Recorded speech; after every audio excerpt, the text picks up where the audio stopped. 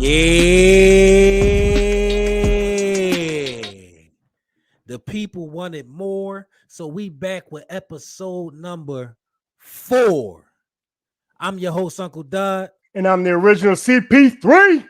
Yeah, the original. You better not forget it. And we back with the No Box Sports podcast, man. Yes, This sir. episode number 4, man. We doing it. We are, man. We are. Yeah, man. Lot of good positive feedback too. For sure. If you ain't tapped in yet, make sure y'all like, share, subscribe, and comment, man. But we back, man. It's Christmas week. Christmas just passed on Monday. You know what I mean? We got a gift from the Eagles on Christmas Day. Barely. A gift we've been waiting for all December. Y'all already know we about to get into it, man. We got Eagles talk, we got Sixers talk, and we got a social media reaction that should be a good one, man. It might ruffle some feathers, but we ain't gonna get into that right now because we want y'all to keep watching. So we're gonna get right into the Eagles, man. The last time we seen y'all, we was about to go into Seattle on a Monday night and play the Seahawks. And we gave our predictions. I think my prediction was definitely wrong. I probably was. I thought we was going to handle them pretty easy. And CP3, what did you think? My prediction was spot on, I believe, if memory serves. It was spot on. The score was, yeah. The score was the team, not so much. But the score was, I think I got it 21-17. And I was, I was pleasantly surprised by that, but just not pleasantly happy because my team wasn't the team that was on top, which I just knew was going to happen. So, man, that's taking me back to that moment because I actually had a watch party that night. So it was people we was all watching. We had the good energy going, and it's taking me back to that feeling we had towards the end of the game. Drew Lock, man, Lock, crazy. Wow. And it's like what you had said. It's like they still needed to run the ball. You know what I mean? It's like it just was. They didn't run the ball that great. We had the whole coaching change with Sean Desai being demoted for Matt Patricia, and that was okay. This seems a little shaky in itself. I mean, honestly, weird, that was totally weird. But we rolled with it. As fans, we were like, okay, they're going. This will be the start. Maybe this change is something that will spark something. And it looked good for what, 3 quarters? It looked okay. It looked okay, Yeah. But not when it mattered most. Not when it mattered most. The coverage that was called, that whole drive. I mean, if you're going to come on the scene, your first game in after replacing somebody, that is the time where you show us it wasn't a mistake. Right. That is the time. And if y'all know what I'm talking about, Drew Lock with 92 yards for the game-winning drive and touchdown on us in Seattle, last drive of the fourth quarter, and we was in some dumb defenses coming down the stretch, and particularly that last play where Bradbury got scored on. It was just a bad coverage, a bad call in that situation. So they got us, man. It kind of felt like they were, in some ways, on that last drive. It felt like they were almost picking on him. I think with a couple of the plays, they and that's never good. Which is crazy, right? Of all the people, especially because I don't think Slay didn't play that game. So if you're going to pick on anybody, you pick on the other corner. They were just picking on Bradbury. It's like wow, and Slay, you not slick. Soon as Matt Patricia take over, you opt to get your surgery that you could have got weeks ago, right? That you could have got after the season. Really? See. Yeah, that was definitely good. Slay, for real, you already on my list, bro. Come on, I don't like that move. So when you come back, you better be right. You better handle business like you're supposed to. But yeah, man, we lost to Seattle. That marked 3 straight for us. Right. After that week, the city was going crazy. It was on fire desperately. Not in a good way, right? Not in a good way, man. Because we don't take well to L's around here, man. It's been a while since we've been in a situation where we lost 3 straight, especially with this caliber team. But on Christmas Day, the Eagles said, you know what? Santa might not even come to town, but we coming to town and we gonna get this W because we played the New York Little Giants. Did they though? Did they really do it? I mean, did they or it was, because it kind of felt like they were, dominant for the first half. And then they went right back to, it's Christmas. Maybe we'll get the Giants, a They little wanted to feel give out good. a gift, huh? Yeah, because I They was mean, thinking come about on, the man. grub after the game. Was something happened to where You, the foot got off the gas, and then the game got a little sketchy. I mean, I know it's a division game. I get that, but Mm-hmm. you're not going to tell me that we're that closely compatible to the Giants that we should have a 33-25 victory. Like it should be that close. No way. It's not even a starting quarterback. That's not even a starting quarterback. Like we went against the supposed hot DeVito. We got him benched, and then we go against Tyrod Taylor, who's been on how many teams? Like it's almost like Tyrod Taylor's okay though. He's not terrible. He's better than DeVito, in my opinion. He's better than Daniel Jones, in my opinion. But is he good enough to make them have a close game against us? I don't know, man. With this Eagles team losing 3 straight, I don't think anything's a given right now, especially when it comes to a division game in the NFC East. This division been notorious for tough games. You're not going to roll over an opponent in this division if you're playing like Eagles, Redskins. Think about that. No matter how bad the Redskins is, they play as tough. But I will say, or the Commanders. Whatever they is, the football team, they done changed their names so damn much. They've been married 6 times, I think they're going 6 different names. I don't know what's going on. I think they're working on changing it again, but yeah, go ahead. Your point. To the point, it was a tough divisional game. I mean, I'm not going to get on them too much because we wasn't steamrolling hitting into that game. We was like literally licking our wounds trying to get a victory. So I can't complain too much. A win is a win. I didn't expect us to dominate. I would have liked to see us dominate. But we got the win. So that's really all that I'm kind of looking at this point in time because we're not where we want to be or even need to be. Everything is a stepping stone. And this first win we got, we stopped the bleeding. Right. Now we have to build on that. I mean, did you really expect us to blow them out with how we was looking? But that's the thing. Like, if we're the team that is supposed to be second place at minimum of the conference, we should be doing a better showing against a backup quarterback or a backup quarterback. And, the offense did put up 33 points, which, 33. I mean, that's a good number. That's pretty good. But that defense. Right. But it's like the defense, if the defense is supposed to be Super Bowl caliber, because we have our defense is not Super Bowl caliber. Listen, man, we have problems against Tyrod Taylor. What do you think we're going to do against Lamar Jackson? What do you think we're going to do against shout out to Lamar Jackson too? Yeah, what do you think we're going to do against Dak Prescott? Like if nothing else, that bull can scramble a little bit. He can move, he can run a little bit. Dak Prescott can. Brock Purdy, not so much, but it's like Purdy, 4 interceptions. Most of the guys, if you think about who is in the league, that Super Bowl caliber, they're mobile quarterbacks. Right. Patrick Mahomes. Yeah, it's a concern. So I don't want to act like it ain't a concern. I mean, and my thing is that you're talking about you're happy for the win, and I feel you on that. But it's like we're not talking. We shouldn't be a game by game team right now. We should be a team that's supposed to be one of the top 5. You know what I'm saying? We should be Super Bowl contenders. We lost last year. We're trying to redeem ourselves. Winning 33-25, a close game against the Giants, is not making that. Is not showing that kind of a message. It's showing, you know what I'm saying? The defense is struggling, man. Let's keep in mind, Morrow didn't play, Cunningham didn't play, Maddox didn't play, Slade didn't play.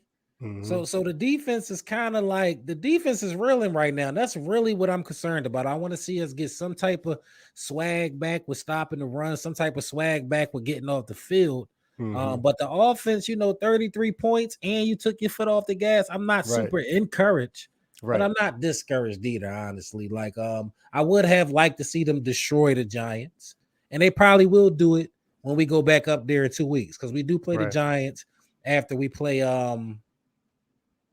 who we play this weekend. We play the Cardinals and then we play the Giants again. Yep. We play the Cardinals and the Giants. Yep. I think they're both road games, I believe. I don't believe the Cardinals is home. I think the Cardinals is in Arizona. So I think the last 2 games are on Arizona. We go to Arizona.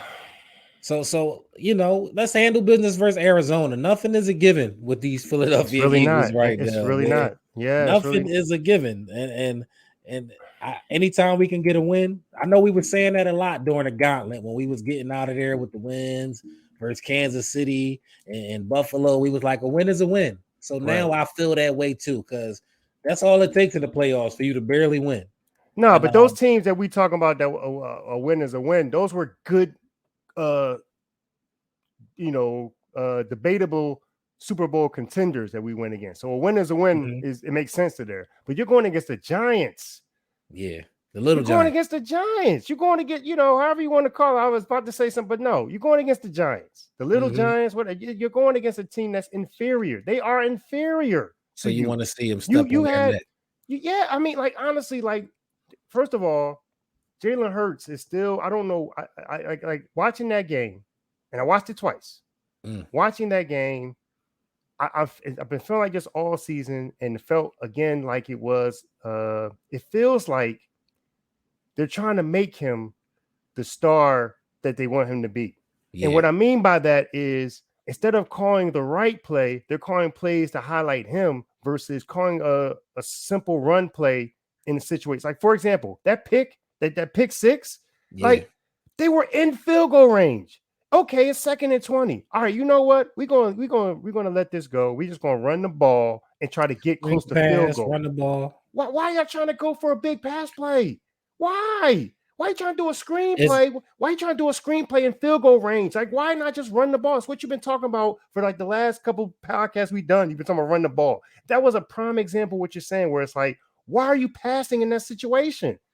We're gonna have to start chopping this down and sending this to Sirianni email. But the whole city's saying it, so he know it at this point. But I can't really blame it on the play calling all the time, because each play has progressions. Each play has levels to it, and Jalen Hurts has the ultimate decision. And it seems like to me he's pressing too much to make the explosive play.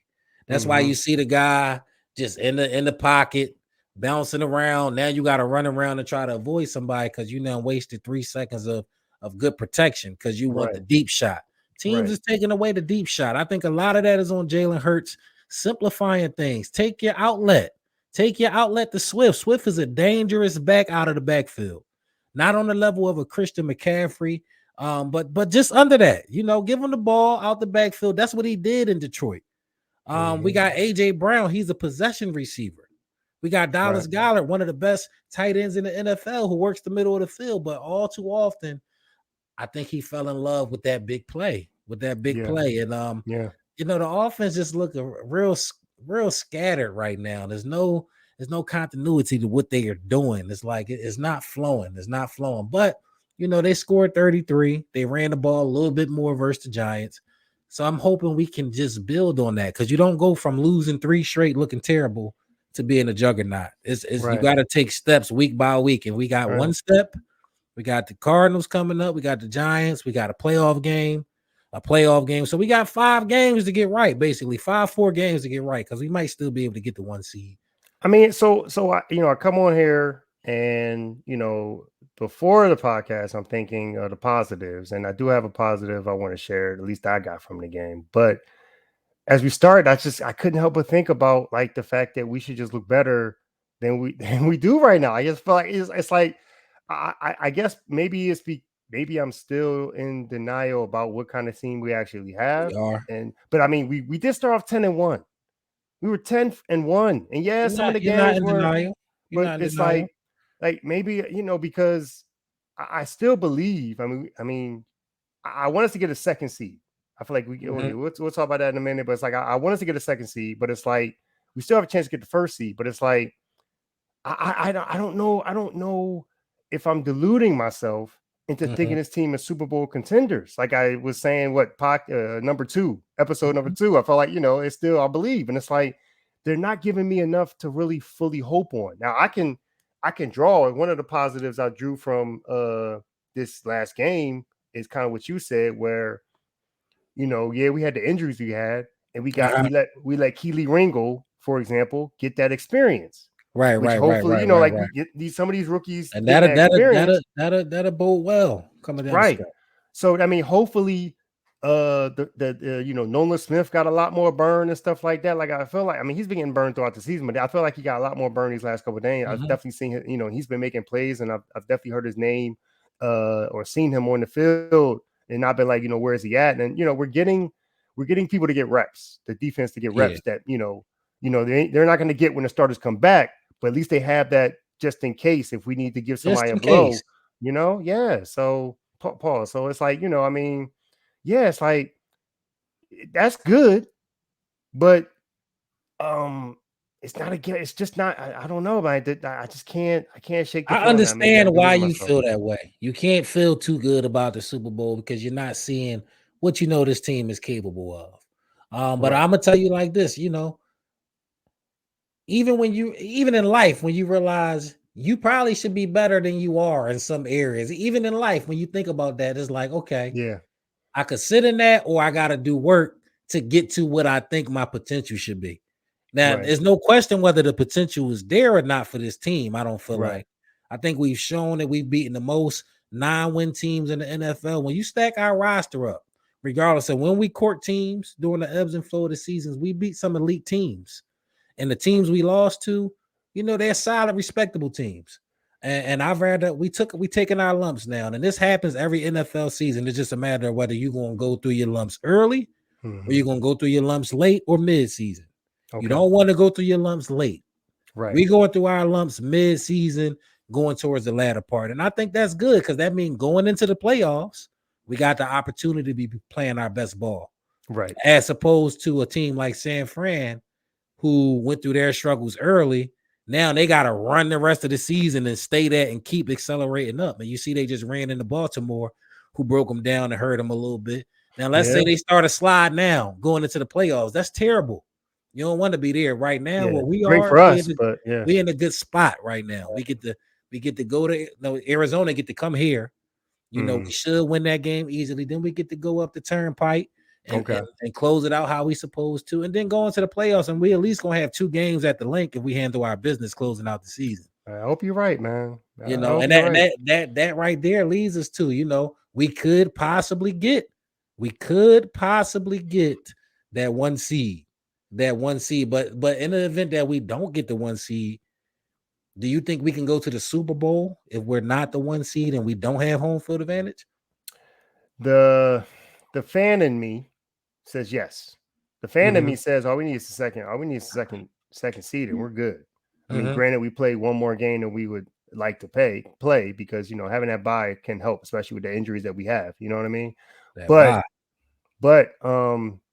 I still believe in our home field advantage. We have a great home field advantage. We're great fans, and I think that they've been playing pretty good at home. I mean, I know they play better away, but it's like I feel like they're starting to finally. The last few games, like including the Buffalo, they've kind of played really well at home. So They have. I don't feel I feel much So, better us playing at home than playing on the road. I still but do. do we need home field advantage to return to the Super Bowl? We know we feel better at the link when people got to come through the link. Nobody want to come to Philadelphia when Right. it's cold. Nobody. Right. Just walking in the stadium alone, you might lose the game if you're weak. But do you need it? Now, let's keep in mind, San Fran, we are tied for the best record in the NFC right now. But they do have the tiebreaker. So we would need San Fran to lose once more. And their schedule is they play the Washington Commanders. It's the Washington football team. What's their name? Commanders. Yeah, you're right. Commanders. Could y'all do us a favor, please? Could y'all do us a favor? And they play the Los Angeles Rams. That's their last 2 games. So if they lose one of those and we win out, we will take back the 1 seed. So it's a And it's chance there. possible. It is possible, especially with the Rams. It depends Rams on who's playing playing. well. Well, it depends. You know what? Honestly, we need the Rams to feel like they're in contention. So we They need are. them to They're in win. the playoffs as of now. Yeah. Yeah, but if they lose this week, right? Wouldn't they be like, oh well, maybe the season? You know what I'm saying? Like, we need them to feel Right. motivated. That's all I'm saying. We need the Rams to play Yeah. motivated because that last game of the season, man, the teams that are out of it, they don't play as hard, and it's Right. like, I mean, they lay down. Shout out to Matt Stafford, Puka Yeah. Nacua, Cooper Cup. All y'all, we need y'all. Yeah. We need So, y'all. but they're only gonna play if it means something. Right. I'm not. If it's me, if the game don't mean nothing, I'm not playing Cooper Cup. I'm not So playing Matthew Super Bowl. You feel better if we got home field advantage, but you think we can go regardless? Man, I honestly, the teams we got to go against, I don't know if I feel confident with it. You're talking about we got to go back to Dallas and San Fran to get to the championship. That's what we're saying in essence. I don't know about Not Dallas. We won't have to go to Dallas. We'll have to go to San Fran, assuming we don't lose again. I also don't know about us going to Detroit. Like we won't have to go to Detroit. Detroit had to come to us.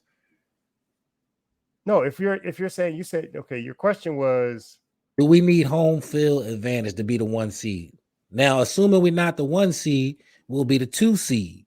Right. And if we're the 2 seed, we only will have to leave the last weekend to play San Fran. But if San Fran loses, whoever beats San Fran comes to us. So we might still wind up having. I thought you were asking if we somehow fell to the 3rd seed or something. Oh, like no, that. no, That's no, what no. I thought you meant. I thought we're you not meant speaking that at all. Well, okay, that's what I'm just saying. Like, if we're talking about that, I was like, no, I want the 2nd seed. Like, I want the 2nd seed. Yeah, 2nd seed, assuming we win out. No lower than that. So I feel like we need to win out and just handle our business and, let the chips fall where they may. I don't.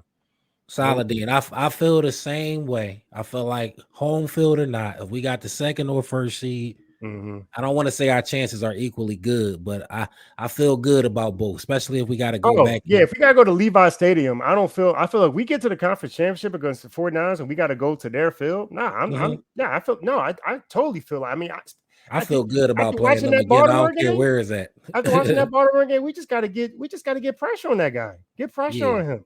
I don't care where is that. When we play the Niners again, it's going to be trouble. Trouble. I totally agree with that. Shout out to the misunderstood the question. I totally agree with that, man.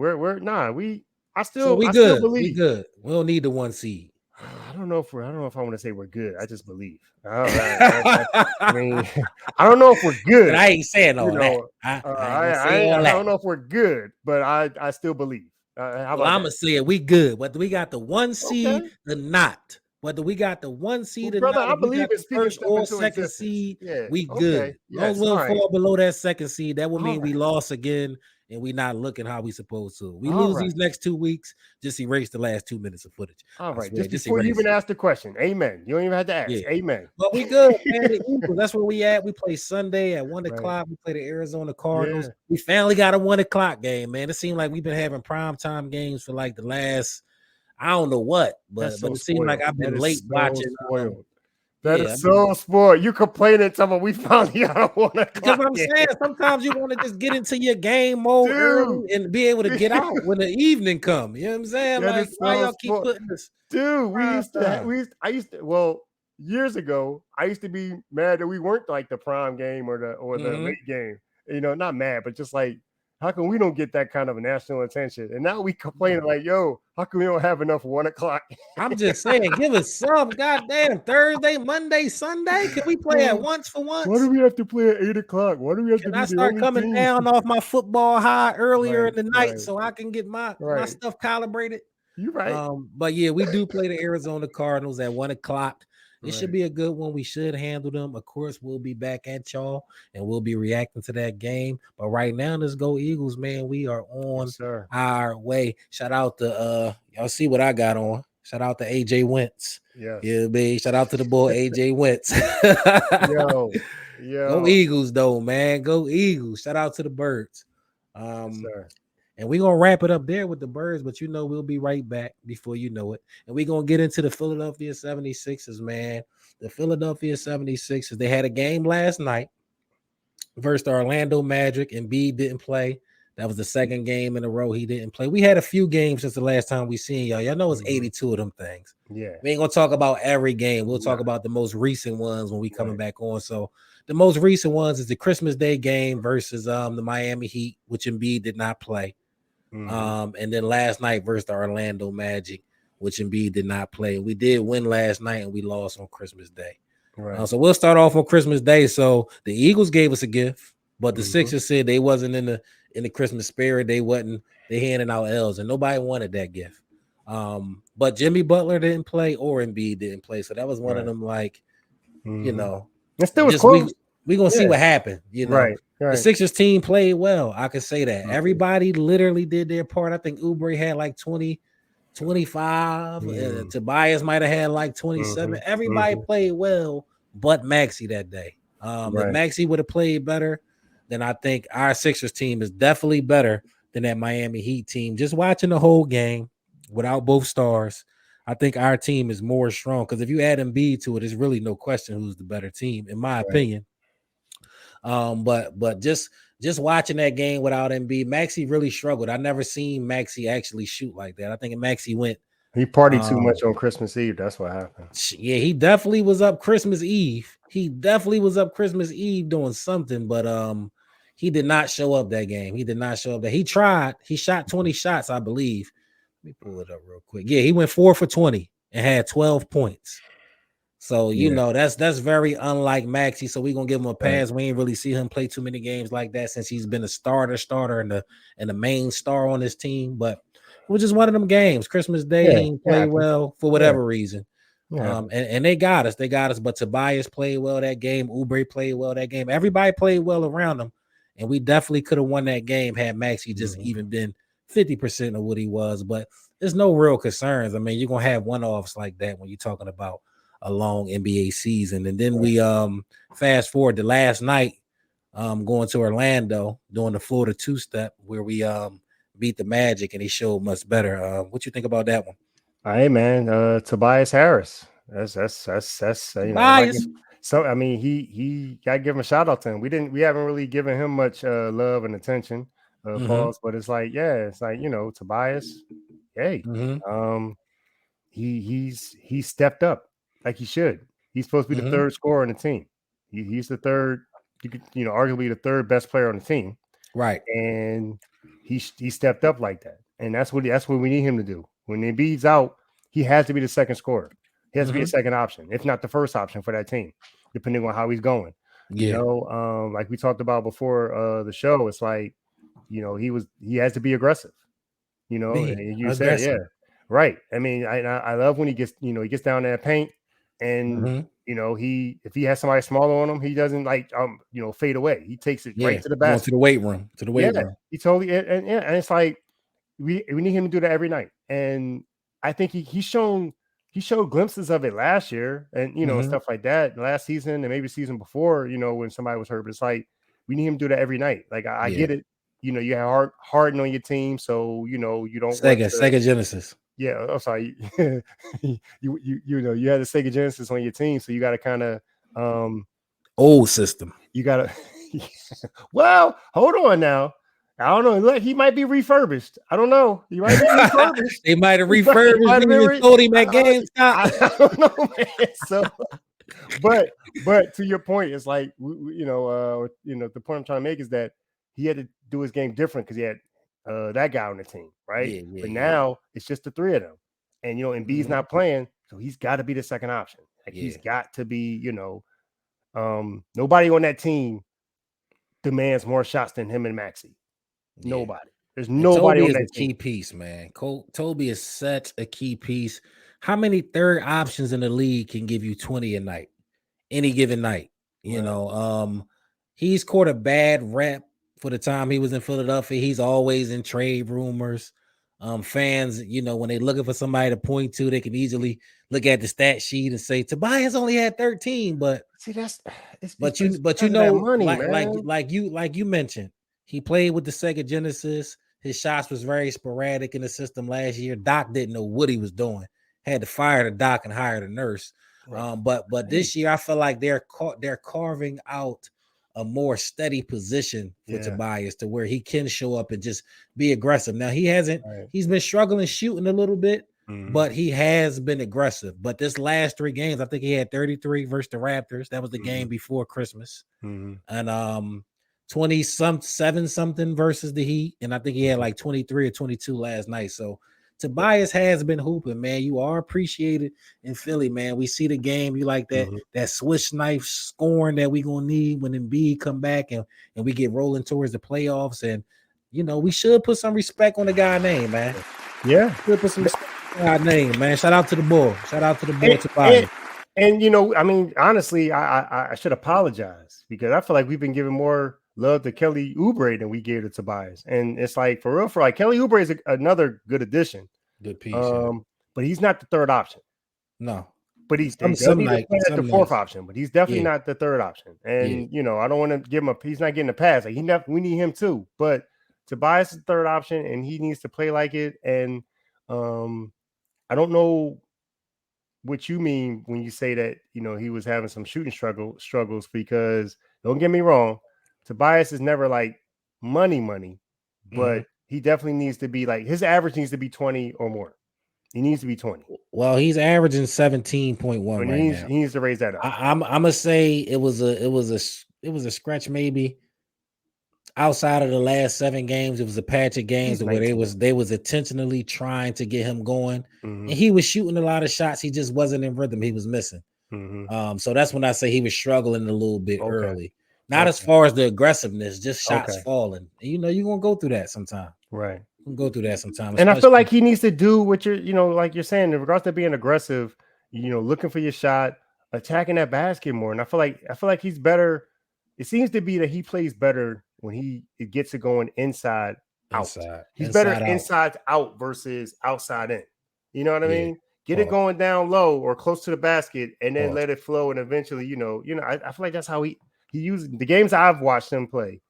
When he's done good, it seems like that's seems to be the better games. When he's getting it on. That's his winning solution right there. Yeah, it does. Yeah, seriously. All right, we're gonna chop this up and send it to Tobias, man. We're not doing this just for us. We're doing it for y'all too, man. Yo, hey, we invested like no other fan base. You already know how we're not trying to go backwards.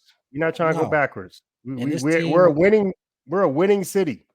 This can be a fun season for us. We at the beginning of the season, we ain't expect to go to no, you know, finals. And you know, now one might, you know, be able to see it. If they squint it a little bit, they might be able to see a finals trip if we put things together how we need to, you know, and catch a break somewhere down the line. Maybe you know, an injury or two. You never know. Not hoping for no injuries, but you just never know how this stuff go, man. Looking at how the last couple seasons played out. Yeah, it's a hard squint on the finals. I'm just trying to do Eastern Conference Finals. Well, the Heat was in the Heat was in the finals last year.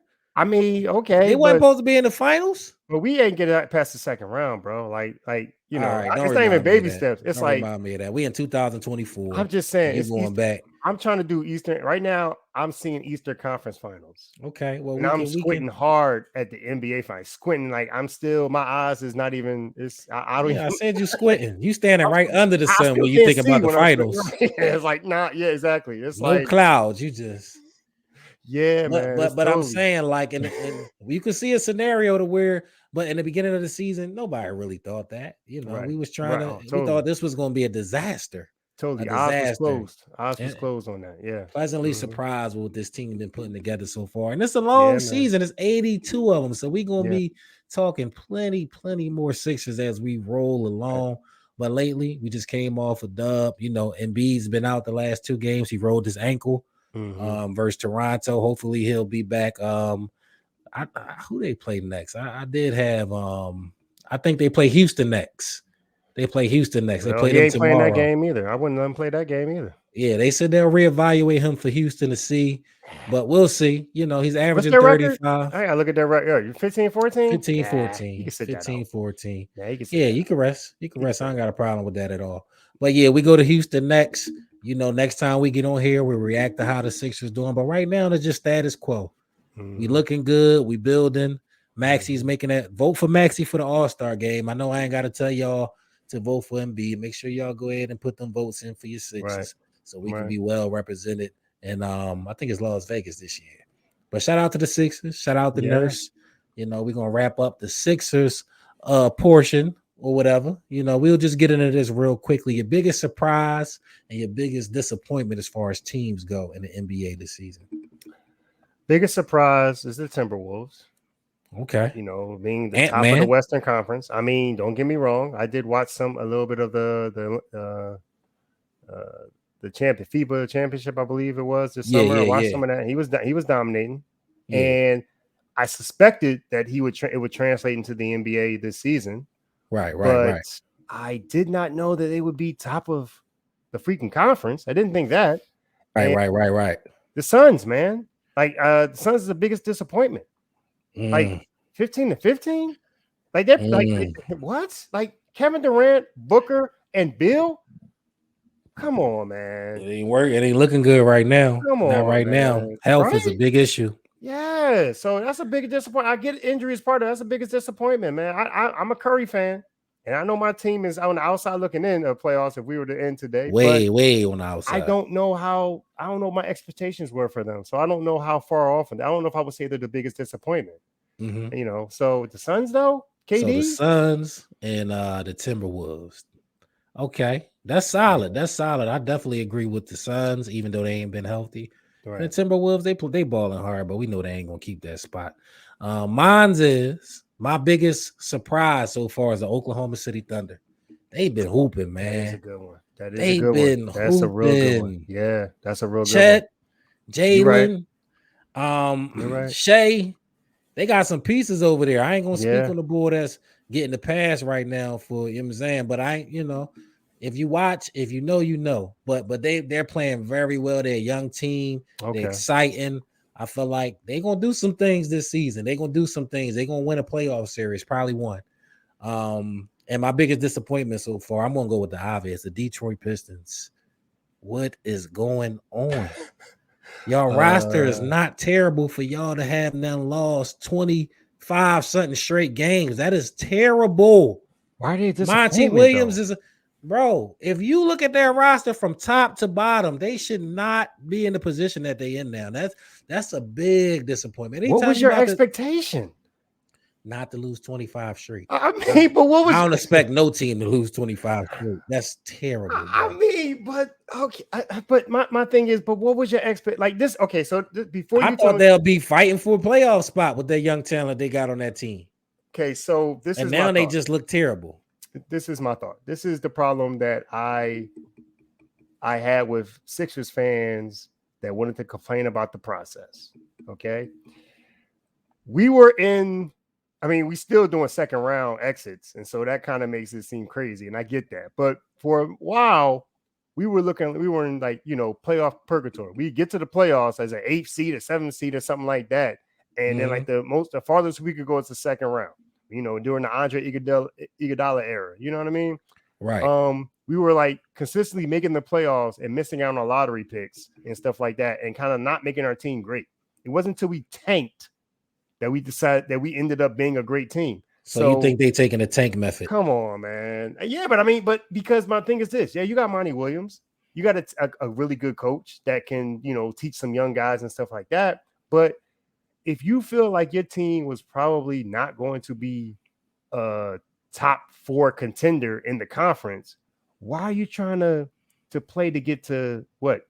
5th? Did you just say top 4? Then that's literally 70% of the league, 80% of the league. No, I'm talking about top 4 of the conference. Top 4 of the conference. 80% of the league. So why would you try to fight? Why would you in the conference? If you don't feel like you're top 4, which I'm sure they did not. I'm sure they felt like they were 8th seed at best, coming off of last season. Why would they try? Why not try to tank? Nah, they're tanking, man. They're tanking. It's easy to say that now after losing 25 straight, but I'm gonna give y'all some homework.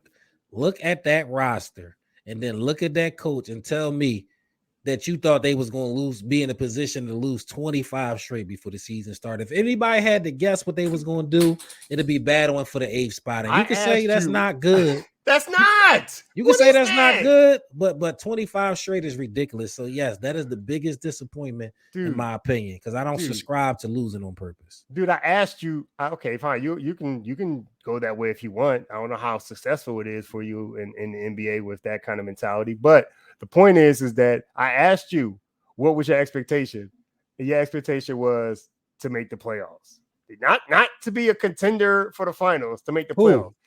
The Pistons. I said, what was your expectation of the Pistons before the season? And you were like, I thought they'd make the playoffs. That don't sound like no winning. It sounds like a just making it team. They're a young team with a lot of talent. They have to build somewhere. Okay. Because if that's the case, they OKC could have subscribed to that last year.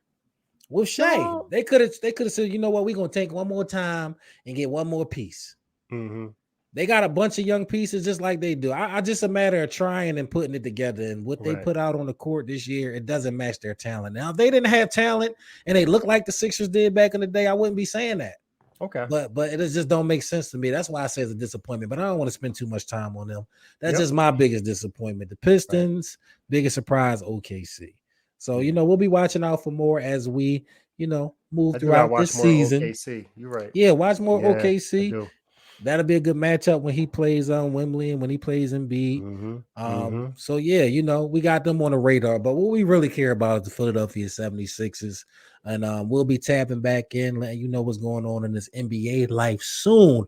But now we're about to make a transition to the part of the show, which a couple people enjoy. Many people enjoy. People have been telling me they like this off-script social media post reaction. It's kind of sports related, but kind of not. Different perspectives, and we got a hot one today, man. Yeah, it's been this clip circulating around social media that everybody done has something to say about, and all I'm gonna do is get right into it. All I'm gonna do is get right into it. I don't even want to give it too much of a prefix. Just hear what this young man saying. And I'm like, let me see who this is. Gymnastics. I ain't never, I never really paid attention to gymnastics, so. It piqued my curiosity, so I'm like, okay, I'll see what's up. I swiped her and it said we matched. So I'm just like, okay, so dating see what's up. So I go do my workout and I come back and I get I had some likes on my Instagram, and I'm like, oh, this might be. She went to the gram. So I see what's up, and then I still waited. I'm like, man, I'm gonna wait till I, take a shower and everything. Then I come back to my phone and then she messages me on the app like, hey, you know what I mean? And I'm, man, this gotta be fake. Like, I don't know. I didn't know who she was at the time, but like the first thing that I saw was that she just had a bunch of followers. So in my mind, I'm like, okay, she gotta be good. I promise you, I'm a real life story. Same face I'm making. Exactly. And we didn't have NBC, we didn't have Olympic channels, and we're in camp. Late July, early August. So I'm not paying attention to, so I never would have had a moment to where I would have watched Jonathan, I'm gonna let you finish your story, man. Continue. But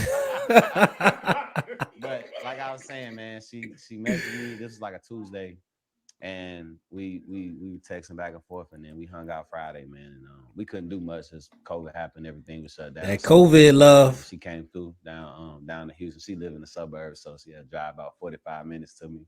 Then the rest is history, man. So you was really the catch in.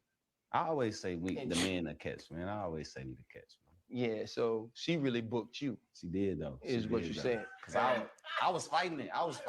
So in truth, was fighting if I say this out loud, was Jonathan Owens ain't really want Simone Biles. Is what you're saying. At the time, I'm not gonna say that. That's what you're saying. I was afraid. I was afraid to commit. I'm like, man, this is my third year. I'm trying to. I'm like, it's kind of early.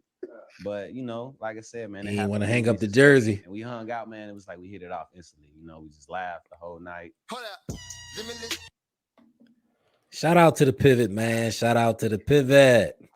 But yeah, man, y'all heard it. This has been a hot topic going around social media lately, man. There's been a lot of people upset that this man will get on the platform and number one, act like he don't know who Simone Biles is. Act like he didn't know who Simone Biles was. And number two, I'm not buying say he is the prize in the relationship, man. He is the prize. And he said it with conviction. He wasn't shaking, and his woman was in the room while he said it. So what you think about that, man? What you think about Mr. Biles? I mean, Mr. Owens. First of all, I don't believe it, man. I don't buy it. About him not knowing who Simone Biles is. I don't watch gymnastics. I don't watch that part of the Olympics, and I seen her in different. Like it's like what, you don't watch any TV, you don't read, you don't watch any social. Like she's come across on my social media for something. Like, you ain't know. Like, come on, man. I don't believe. He said it. I'm Amish. Yeah, right, exactly. Like, come on, man. You talking about because it was y'all was getting ready for the season or whatever. Come on, man. Stop. I'm not buying that. But the catch part, I do. I kind of, when we was talking about this, and I was was like I totally agree with that. Like I don't know if every guy. I'm not gonna say everybody's the catch, But there are relationships where the guy's the catch. So you I'm not saying gonna- the yeah. guy is the catch? That's what you saying? I Just as a do. general statement. This is the thing. Okay, so I can get real. Like, I thought of that for myself. Yeah, it's just us. I mean, There's it's nobody else not here just but me. us. It's not just. Well, it's not just us. Don't cut it. I ain't gonna buy it. But yeah, I'm not gonna play it. But I mean, but the real, like, I thought of that in some relationships. Like, it was like, and it's a cat. It's a good and bad thing. Because sometimes, I mean, you should think highly of yourself and stuff like that. I'm not gonna, say that, I disagree with somebody that feels like they're the catch all the time. That's great. But sometimes the reality of it is that you're not always the catch. Yeah. That goes for men and women. Inflated some of these women think that they're the catch. Delusion. Yeah, and some of these women think they're the catch. And it's like, hold on now. Like, I guess we both could be the catch if you want, if you want to be technical, but the reality is that you're not. Well, what makes the man the catch though? Like, but the problem, let me just say the other part of it is that when you do think you're the catch, sometimes you start acting a little too much like you're the catch. You start getting too full of yourself. I will say that I was guilty of that as well. I will say that. Like, I had a relationship where I was like, relationship maybe or two, I was like that. And, I'm the one. Yeah. And so you start going around and so you start doing stuff or saying, stuff where it's like, you probably should be a little more humble, I guess, to put it. You know what I mean? It was not much humble pie being served right in that clip. But what I noticed is she wasn't interrupting. She was just listening to him say whatever he had to say about him being the catch. Number one, it was definitely Cap, him not knowing who Simone Biles was. Like, I understand that's probably some cool you probably said in the beginning. I didn't even know who you was. So now you gotta stay with your story. But come on, bro. You was in college, number one. I've been in college and camp a few different times, and you're not that disconnected from the world to where you don't know, especially if you're young, because you're gonna be on social media, you're gonna see what's going on. Yeah. So you definitely knew who Simone Biles was, bro. Cut the cap. I don't even understand why you doing that. But when he talk about how she was the aggressor, she was coming to catch him. So technically, in their relationship, that's the energy. He is the catch. That's why she sat there and ain't say nothing while she was saying it. And she wants to like be a submissive woman, it seems like to me, because she been on record a lot of times saying, you know what, they're gonna start referring to me as what's the boy name? Jonathan Owens' wife instead of he's Simone Biles' husband, So every chance she get, she dim her light a little bit to make him feel good. But all that say to me is she know what type of man she got, and she knows she want to play that submissive. She know what she want to play that submissive role to make him feel good. Because in actuality, when we talk about status, you're not helping his case. Go ahead. We talk about, I'm just talking now. I generally agree with that assumption, but when it comes to these two people, just these two people, her status is higher than his. Okay, all right. Okay, yes. Her money probably is longer than his is. He really ain't. I don't think he got an NFL, contract like that. He was a fringe guy, and it looked like lately he'd been finding some steady playing time with the Packers. He is playing well right now, so shout out to him. But before that, when he was in Houston, he was a special teams guy. You might get on the field, and that money ain't guaranteed in the league as it is, yet alone when you that type of player, rotational player that you were. He's at the limit right now, right? He's at the average lifespan for an NFL player, lifespan being a career span about 3 to 4 years. He's at the limit, so he's at But status and money is different than actually being the prize, because when you know the statistics and when you look at the statistics, it's a lot of single women out here that wish they had a man. And it ain't gotta be it don't have to be a athlete, a professional athlete. It could just be a regular man, a man that's a trash man, a man that work at the Walmart overnight, and just a man, period. So when he talk about how the man is the catch now, because yes, having a good man is an exclusive luxury nowadays. It's not just something that everybody can say they got. So in that aspect, I do feel like what he's saying is correct. The man is the catch, especially a man that's coming with his situation together and is adding value to the table. And he must, and to be an athlete, on a professional level, I don't know. But just to be an athlete that excels on any level, you got to have a certain level of delusion about yourself, to excel at sports in an elite level. And it seems like that has carried over to dating for this guy. So hold on. Do you think, because it sounded like you was about to go one place and I was letting you do that. So do you think that she is allowing him to think he's the catch and that because she knows her status, or do you really think that she feels like he's the catch? In public, she's allowing him to have that image, have that monitor that he's carrying around. Let him carry that banner, because she could easily be one of the ones that sit up there and be like, we all know. Even if she joking in a way, she don't even do it in a joking type of way. So to me, she understands the politics of her relationship, and she ain't doing that on camera. We don't know what they do off camera, but it might be real. She might really believe like he is the catch, because if you got that attitude like you a bad B, that's what they call them now, the bad B. We ain't gonna curse. We don't know if kids watch this or not. Right. You might hear one every now and then, but not intentionally. But they saying he taking the mindset like he the woman who got picked up and came and got found by the man, and Simone was the man. Right. And that could be the case. That could be their dynamic. That's why she's so comfortable with him saying it, and that's why he's so comfortable saying it on camera.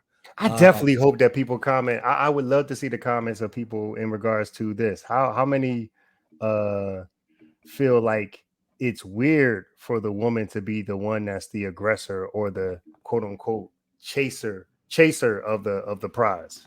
Listen, because it's like I don't that part I didn't have a problem with in regards to him feeling like the catch. Like, legit, I feel like men, like I said earlier, I feel like some men are the catch. Like, that's the reality of the situation. Even if they aren't, I think both genders need to pursue the other person that they're interested in like they are the catch. And a lot of times relationships, the ones that struggle, I think, is because somebody is either not making the person feel like they're a catch. They just feel like they're the catch and you should be doing things for me. Most time as women, it seems like that could be psychological warfare too by him.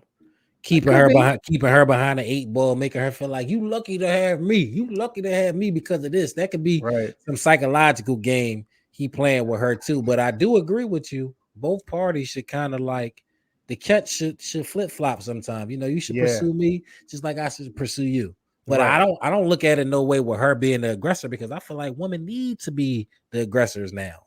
If you go, because men is choosing to settle outside of relationships now. They choosing to make their foundation and build on singleness. They cool. They don't feel like they gotta have a. You don't get looked at weird when you 50 without a woman now, like you used to 20 years ago. So a lot of dudes is like, we cool off that. I'm gonna keep this peace.